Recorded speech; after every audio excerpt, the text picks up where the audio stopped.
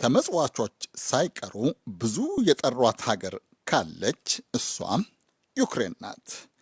በብዙ ፖለቲከኞች፣ መሪዎች፣ ዲፕሎማቶች የተጎበኘች ጦር መሳሪያ እንደ ርካሽ ከረሜላ የተከመረባት ሀገር እሷው ነበረች ዩክሬን። ከአውሮፓ ህብረት 55 ቢሊየን፣ ከዩናይትድ ስቴትስ 50 ቢሊየን፣ ከብሪታንያ 4.5 ቢሊየን፣ ከካናዳ 4 ቢሊየን ዶላር ተንዠቅዥቆላታለም። አምና ግንቦት ቱሪን ኢጣሊያ በተደረገው የዘፈን ውድድር ዩሮ ሶንግ ኮንቴስት አንደኛ የወጡትም የዩክሬን ዘፋኞች ነበሩ። የሰላም ኖቤል ከሩሲያ መንግስት ተቃዋሚዎች ጋር የተጋሩትም እነሱ ናቸው ዩክሬኖች። ለጋሽ፣ ጎብኚ፣ አስታጣቂ ሸላሚዎቻቸው ዩክሬንን ወደዋት ይሁን ሩሲያን ጠልተው፣ በእርግጥ ወደፊትም ያጠያይቃል። የተባበሩት መንግስታት ድርጅት እንዳለው ግን ሩሲያ ዩክሬንን ከወረረችበት ከየካቲት 24 ጀምሮ 7,000 ዩክሬናዊ አልፏል። ከ10 ሺህ በላይ ቆስሏል። 11 ሚሊዮን ህዝብ ከቤት ንብረቱ ተፈናቅሏል። የጠፋው ሀብት ንብረት በብዙ ቢሊዮን ዶላር ተገምቷል። እና አመቱ በእርግጥ የዩክሬኖች ነበር።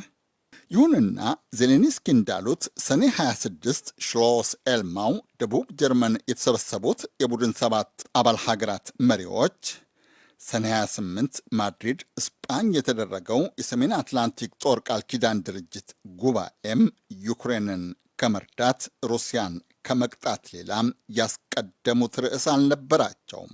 የቡድን 7ና የኔቶ መሪዎች ሩሲያ ላይ ሲረባረቡ ህዝባዊት ቻይና ሪፐብሊክ በታሪኳ አድርጋው የማታቀውን ከፍተኛ የጦር ልምምድ አደረገች።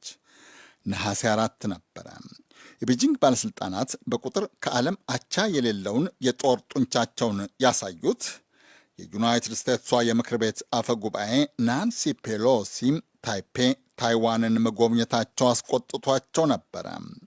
ነሐሴ 9 ኬንያ ውስጥ በተደረገው ፕሬዝደንታዊ ምርጫ ምክትል ፕሬዝደንት ዊሊያም ሩቶ ማሸነፋቸው ተረጋገጠ።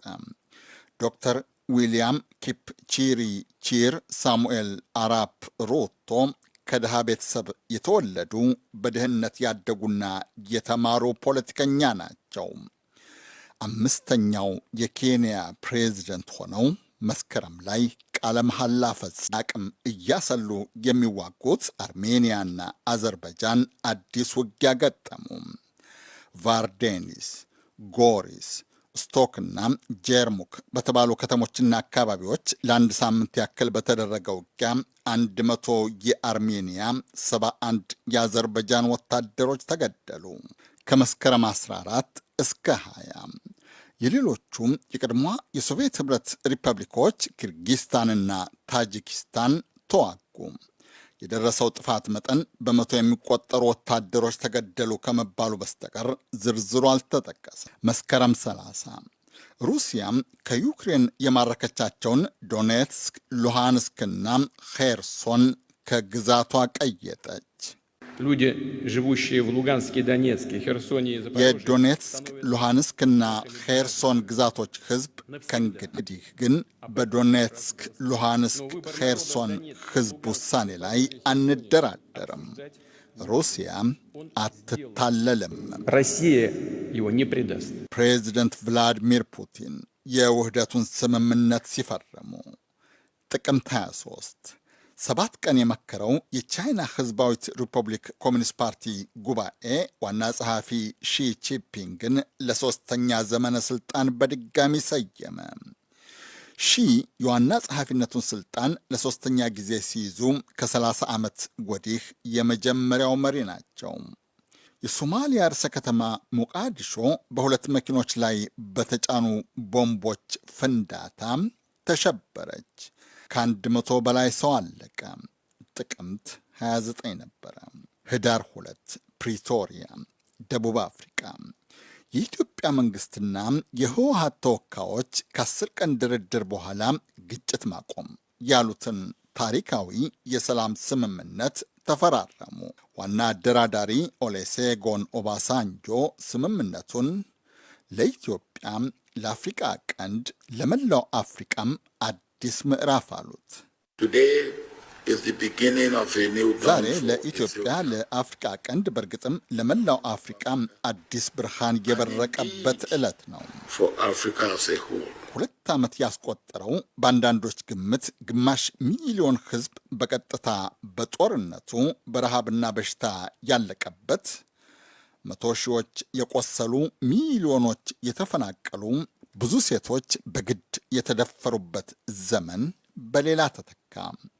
የቀድሞ ተፋላሚ ኃይላት መሪዎች ስምምነቱን ገቢር ሲያደርጉ እንደ ጥሩ ወዳጅ ሲተቃቀፉ ሲሞጋገሱም ለመስማት በቃን። 2022 ምዕራብ ኢትዮጵያ ግን ለ4ኛ ዓመት ደም እየተገበረ አስከሬን እየተለቀመ ተፈናቃይ እየተቆጠረበት አምና በዘንድሮ ተተካ። ህዳር 15 የዓለም ሕዝብ 8 ቢሊዮን መድፈኑ ተነገረ። 339 ሚሊዮኑ ግን ምግብ ተመጽዋች ነው። ታህሳስ 2 የቻይና መንግሥት ከፍተኛ ተቃውሞ የቀሰቀሰበትን የዜሮ ኮቪድ ደንቡን ሻረ። ታህሳስ 26 ሰሜናዊ ዩናይትድ ስቴትስንና ደቡባዊ ካናዳን የመታው የቅዝቃዜ ውሽንፍርና በረዶ 91 ሰው ገደለ።